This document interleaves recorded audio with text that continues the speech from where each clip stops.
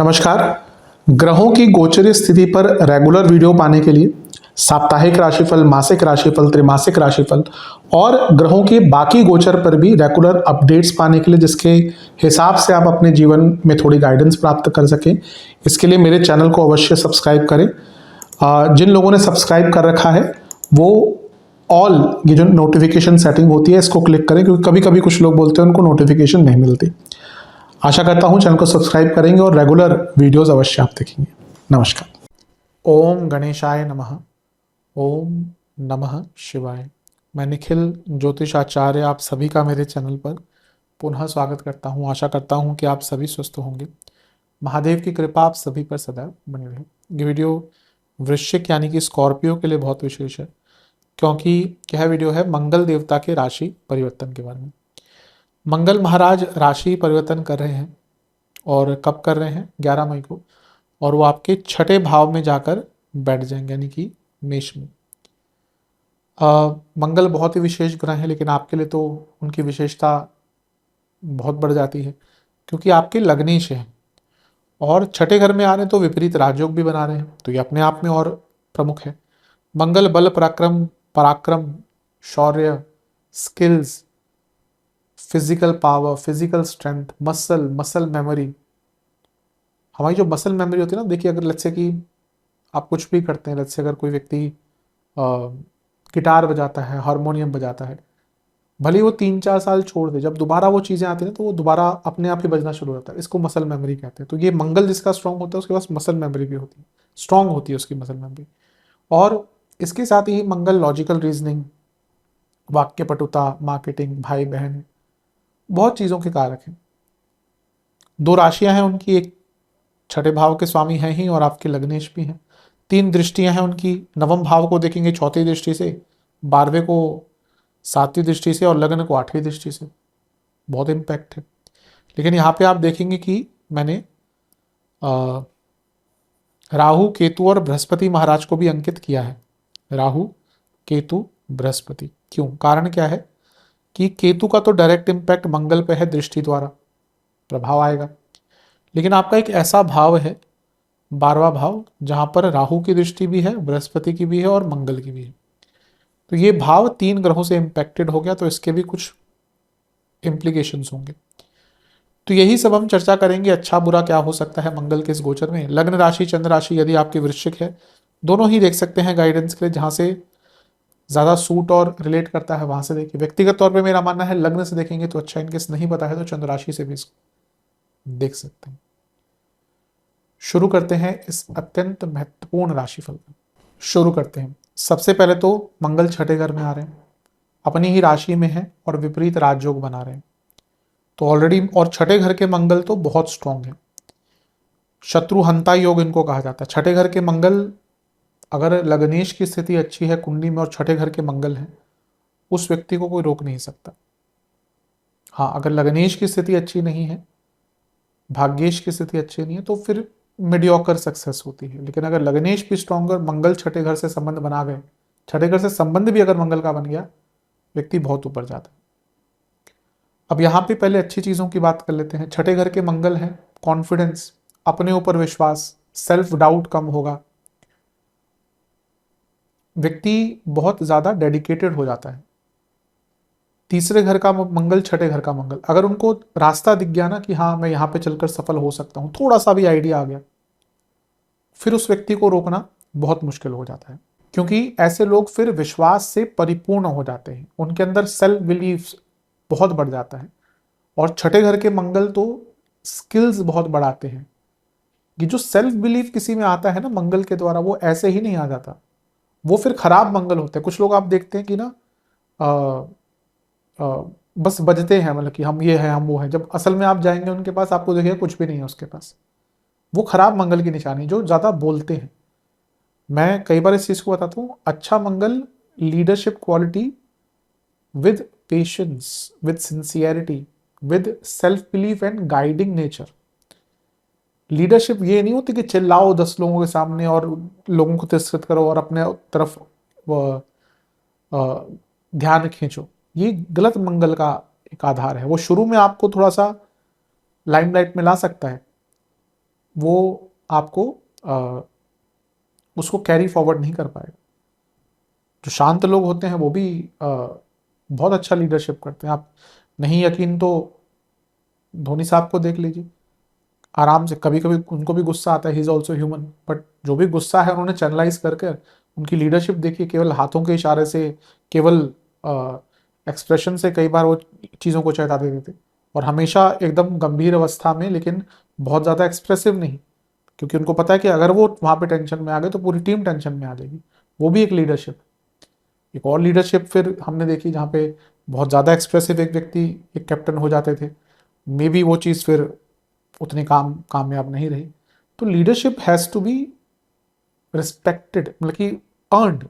अगर आपको लीडरशिप दे रहे हैं तो फिर उसको आपको कैरी मिल सकती है आपको लीडरशिप, पर उसको आगे लेके जाने के लिए you have to have something in you. तो ये मंगल जो है ये लीडरशिप क्वालिटी को बहुत बढ़ाने वाले हैं आपकी।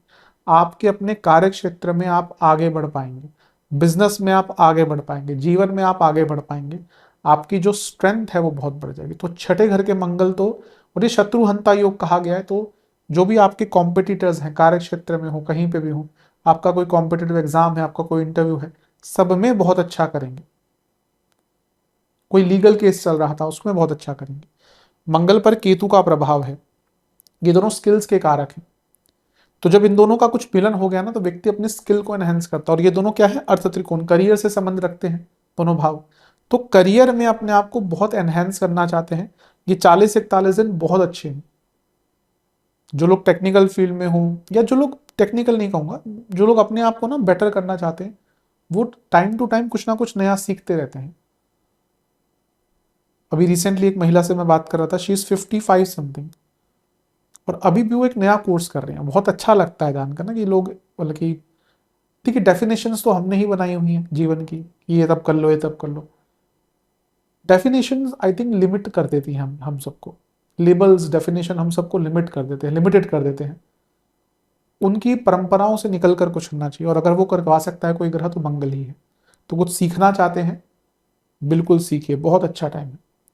स्किलफुल बनने के लिए, अपने स्किल को एनहेंस करने के लिए, अपने आप को और बेटर करने के लिए, to make a better version out of yourself, बहुत अच्छा टाइम। कॉन्फिडेंस अलग ही लेवल पर रहेगा आपका। और मंगल केतु का प्रभाव, केतु का मंगल पर प्रभाव, ये आपको बहुत प्रोडक्टिव एरिया की तरफ लेके जाएगा। अब व्यक्ति कुछ सीखना चाहता है, मैं क्या सीखूं समझ नहीं आता, ये ऐसा नहीं होगा। बहुत डेफिनेटिव कि हाँ मुझे यही सीखना है, यही करना है, यही समझना है, मौका मिलेगा। थोड़ा गुस्से पर नियंत्रण कीजिएगा, क्योंकि दोनों ही अग्नि तत्व है, मंगल केतु, मेष राशि अग्नि तत्व, और छठा भाव, व्यक्ति बहुत ज्यादा इरिटेटेड रहता है। तो अब ये इरिटेशन और कुछ सीखना दोनों साथ में मैच नहीं करते।